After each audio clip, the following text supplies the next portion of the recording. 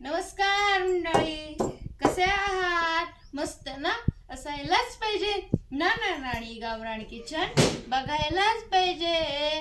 झाला का तुमचा स्वयंपाक सकाळचा? झाली का गडबड स्वयंपाकाची पूर्ण? काय म्हणताय बाकी?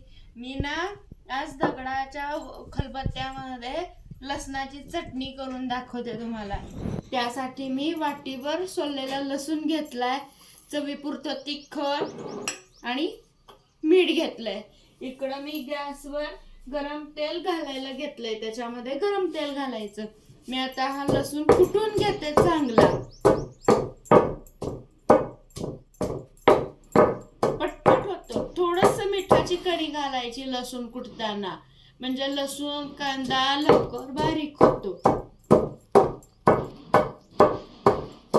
थोडासा लसूण बारीक झाला की त्याच्यामध्ये तुमच्या आवडीप्रमाणे तिखट घालायचं, मीठ घालायचं. पुन्हा लसूण आणि हे सगळं एकसारखं करून घ्यायचं कुटून. आपल्याकडे भाजीला काही नसेल, भाजीचा कंटाळा आला असेल, तर ही चटणी झटपट पण होते आणि तोंडाची चव पण वाढवते.